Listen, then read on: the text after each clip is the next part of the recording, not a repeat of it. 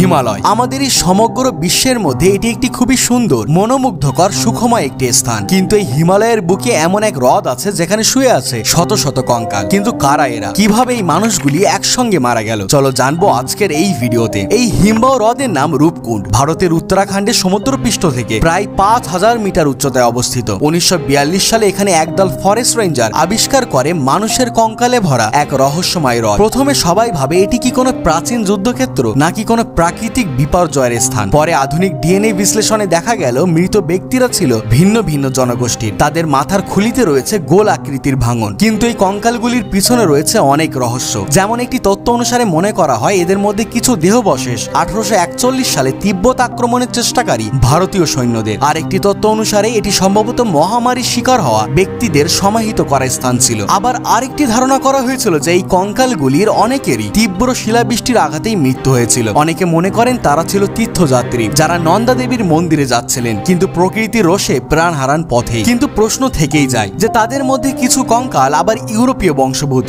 তারা এত উঁচু হিমালয়ে এলেন কিভাবে, আর ঠিক কেনই? আর এই এতগুলি মানুষ আসলে কি কারণে মারা গিয়েছিলেন? আর এগুলি আজও রহস্য হয়েই থেকে গেছে। তো বন্ধুরা, আমাদের দেশের এমন আরো রহস্যময় কাহিনী জানতে সাবস্ক্রাইব করুন আমাদের এই চ্যানেলটিকে।